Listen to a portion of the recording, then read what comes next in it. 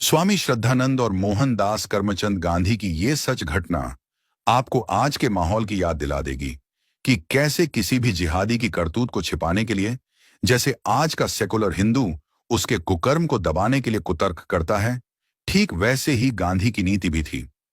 स्वामी श्रद्धानंद, जो एक आर्य समाजी थे, ने एक मुहिम शुरू की थी। जो भी हिंदू किसी भी दबाव में पहले मुस्लिम बने हैं, वो शुद्धिकरण से दोबारा हिंदू धर्म में आ सकते हैं। गांधी वैसे तो श्रद्धानंद जी के प्रशंसक थे, लेकिन जैसे ही उन्होंने यह मुहिम शुरू की, गांधी ने उनसे दूरियां बनानी शुरू कर दी। श्रद्धानंद जी के निर्देश पर हजारों हिंदू जो किसी कारण से मुस्लिम बन गए थे, अपने धर्म में वापस आ गए और इसी से आहत होकर अब्दुल रशीद नाम के एक कट्टरपंथी ने स्वामी जी की हत्या कर दी। आर्य समाज के एक अत्यंत प्रभावशाली नेता थे। उन्होंने स्वराज्य और शिक्षा गुरुकुल कांगड़ी की स्थापना के साथ साथ हिंदू समाज को संगठित करने का कार्य किया था। स्वामी श्रद्धानंद की हत्या के बाद गांधी ने अपने अखबार यंग इंडिया में विस्तार से लिखा था। उनके लेखों और भाषणों के कुछ मुख्य अंश जो उस समय के उनके विचारों को दर्शाते हैं। गांधी जी ने गुवाहाटी कांग्रेस अधिवेशन 1926 में स्पष्ट शब्दों में कहा था, अब्दुल रशीद को अपना भाई कहता हूं और यहां तक कि उसे स्वामी जी का हत्यारा भी नहीं मानता। असली अपराधी वे लोग हैं जिन्होंने एक दूसरे के खिलाफ नफरत फैलाकर माहौल को जहरीला बना दिया है। अब्दुल रशीद ने जो किया वह उसके धर्म के प्रति एक विकृत जुनून का परिणाम था। वह मानता था कि वह अपने धर्म की सेवा कर रहा है, इसीलिए मैं उसके प्रति कोई घृणा नहीं रख सकता। माहौल आज के समय से अलग नहीं था। जैसे आज घात लगाकर और धोखा देकर हिंदू समर्थकों को मारा जा रहा है, वैसे ही उस ही समय भी अब्दुल रशीद ने किया। 23 दिसंबर 1926 स्वामी श्रद्धानंद उस समय काफी बीमार थे और दिल्ली के नया बाजार स्थित अपने निवास पर आराम कर रहे थे। अब्दुल रशीद नामक एक व्यक्ति उनसे मिलने के बहाने उनके कमरे में दाखिल हुआ। उसने बहाना बनाया कि वह इस्लाम के बारे में कुछ चर्चा करना चाहता है। जब स्वामी जी के सेवक उनके लिए पानी लेने बाहर गए, तब रशीद ने अपनी चादर में छिपी पिस्तौल निकाली और बिस्तर पर लेटे हुए स्वामी जी पर गोलियां चला दी। स्वामी श्रद्धानंद की मौके पर ही मृत्यु हो गई।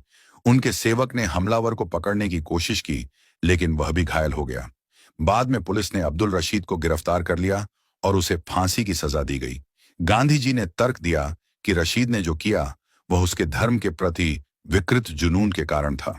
उन्होंने कहा कि वह रशीद की तरफ से वकालत करना चाहते हैं क्योंकि वह एक भटका हुआ भाई है। उन्होंने स्पष्ट किया कि एक सच्चे हिंदू के रूप में उनका धर्म उन्हें अपराधी से नफरत करने की अनुमति नहीं देता। दोस्तों, यही मानसिकता आज भी आप देखते होंगे जब कोई बुरहान वाणी, अफजल गुरु, यासीन भटकल जैसे जेहादी हिंदुओं को मारते हैं, तो उनके बचाव में आज भी वही मानसिकता खड़ी हो जाती है कि ये भटका हुआ नौजवान है, इसका कोई दोष नहीं है। कोई उसको हेडमास्टर का बेटा बताने लगता है। मकसद सिर्फ एक ही होता है कि हत्यारे के प्रति सहानुभूति पैदा करना। अगर आप इस भ्रम में हैं कि ये हिंदू मुस्लिम अब कुछ समय से शुरू हुआ है, तो आपकी गलत फहमी है। हिंदू मुस्लिम का ये माहौल सैकड़ों सालों से चल रहा है और हिंदुओं को भाईचारे का चूर्ण छटाकर ऐसे ही बेवकूफ बनाकर मारा जाता है और फिर भटका हुआ नौजवान बताने वाले गांधी टाइप के लोग उसका बचाव करने उतर जाते हैं मैदान में, और फिर हिंदुओं को बेवकूफ बनाया जाता है और फिर किसी और हिंदू को निशाना बनाया जाता है और उनके दलाल वामपंथी पत्रकार, लिब्रांडू और फर्जी इतिहासकार प्रोपोगेंडा चलाने लगते हैं कि ये हिंदू मुस्लिम का माहौल तो 2014 के बाद शुरू हुआ है। आगे से जब कोई आपसे ऐसा बोले तो उसको ये वीडियो दिखा देना ताकि आपको बेवकूफ ना बना सके।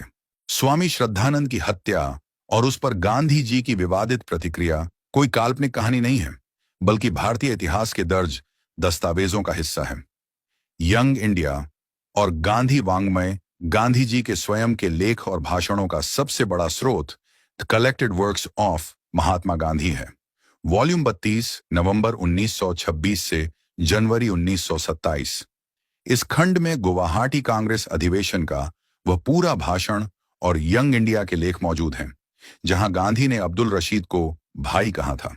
गांधी ने 30 दिसंबर 1926 के यंग इंडिया के अंक में श्रद्धानंद जी द मार्टर शीर्षक से लेख लिखा था, जिसमें उन्होंने हत्यारे के प्रति अपनी संवेदना व्यक्त की थी। डॉक्टर अंबेडकर ने गांधी की इस नीति और भाईचारे के दावों की कड़ी आलोचना की थी। पुस्तक का नाम पाकिस्तान ऑन और the partition of India 1940।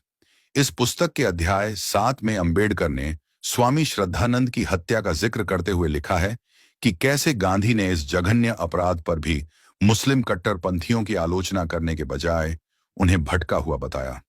Ambedkar ने इसे गांधी की असंगत अहिंसा और तुष्टीकरण करार दिया था। आधुनिक इतिहासकार विक्रम संपत ने अपनी पुस्तक Savarkar echoes from a forgotten past में सावरकर और गांधी के वैचारिक मतभेदों को दर्शाया है। इसमें विस्तार से बताया गया है कि कैसे सावरकर ने गांधी के इस बयान को कायरता और हिंदू हितों के साथ विश्वासघात माना था। दोस्तों, गांधी मुस्लिम तुष्टीकरण में इतना लिप्त था कि उसके सामने तो जिन्ना भी फेल था। गांधी की सोच ये थी कि हिंदू मरता रहे तो मर जाए, कोई दिक्कत नहीं, लेकिन मुस्लिम अगर हिंदू को मार भी दे तो भी मारने वाले मुस्लिम को ही बेचारा और हालात का मारा साबित कर दो। दलाल इतिहासकारों की पोल खोलने के लिए ही हमें शुरुआत की है। इसीलिए उदघोष ने ये मुहिम चलाई है कि हर सच को आपके सामने रखा जाएगा। लेकिन दोस्तों, इसमें आपको हमारा यानी कि उद्घोष का साथ देना होगा। आपको हर भारतवासी तक ये सच पहुंचाने में हमारी मदद करनी होगी। आप हमारी वीडियो को पूरे भारत में शेयर करके हर भारतवासी तक पहुंचाइए।